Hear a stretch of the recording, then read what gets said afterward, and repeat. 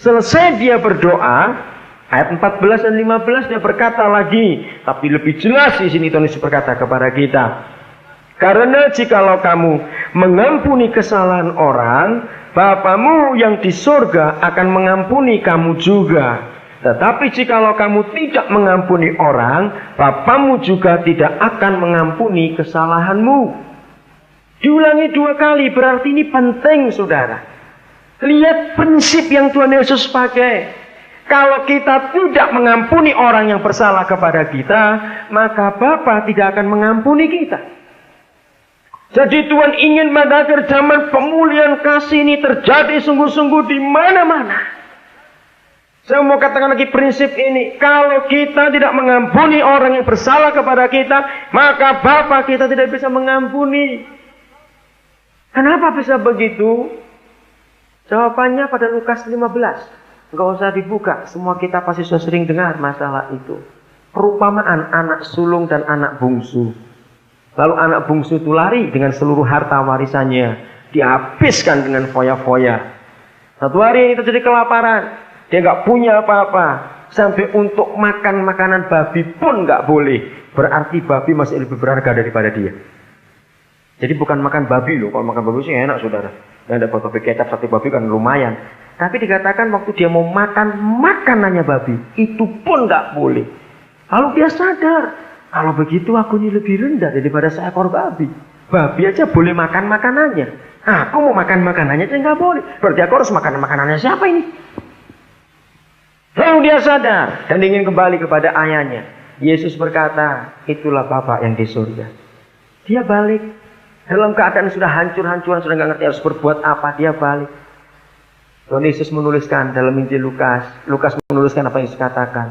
Dari jauh si ayah sudah melihat dia balik.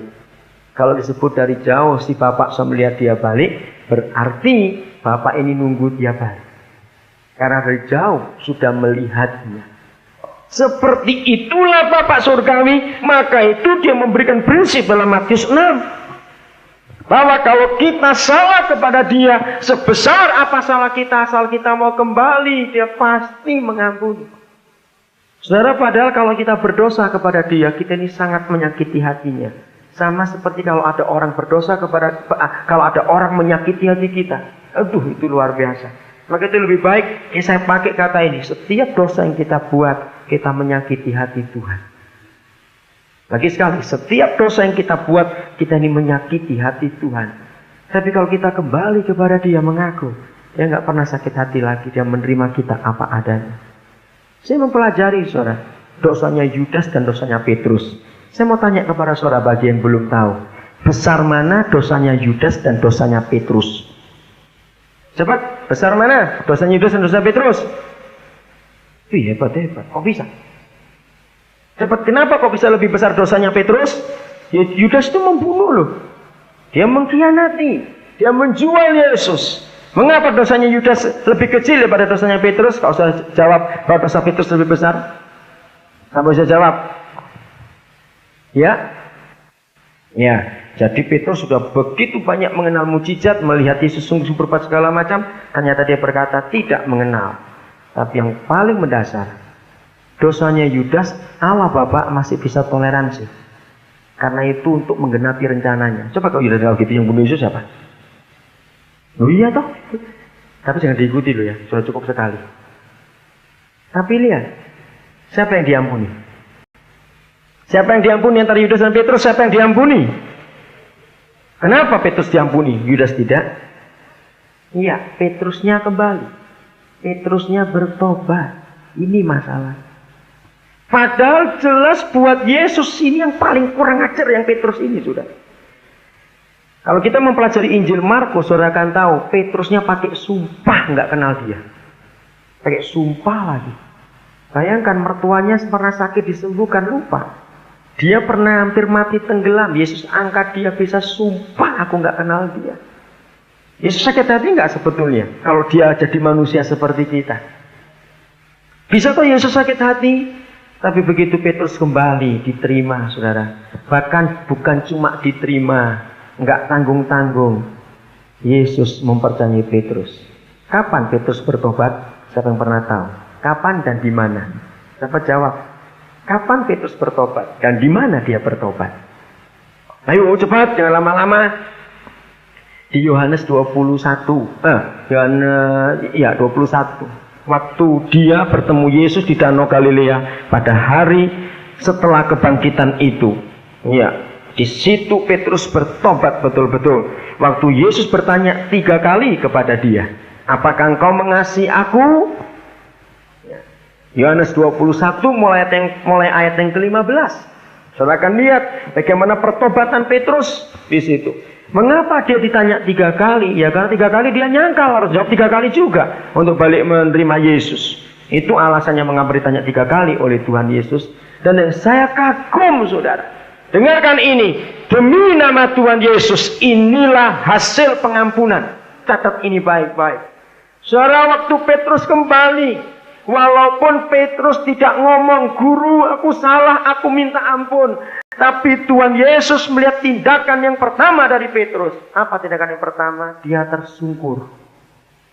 Ketika dia tidak ingat siapa orang yang ngomong itu, Yohanes yang ingat duluan, itu guru.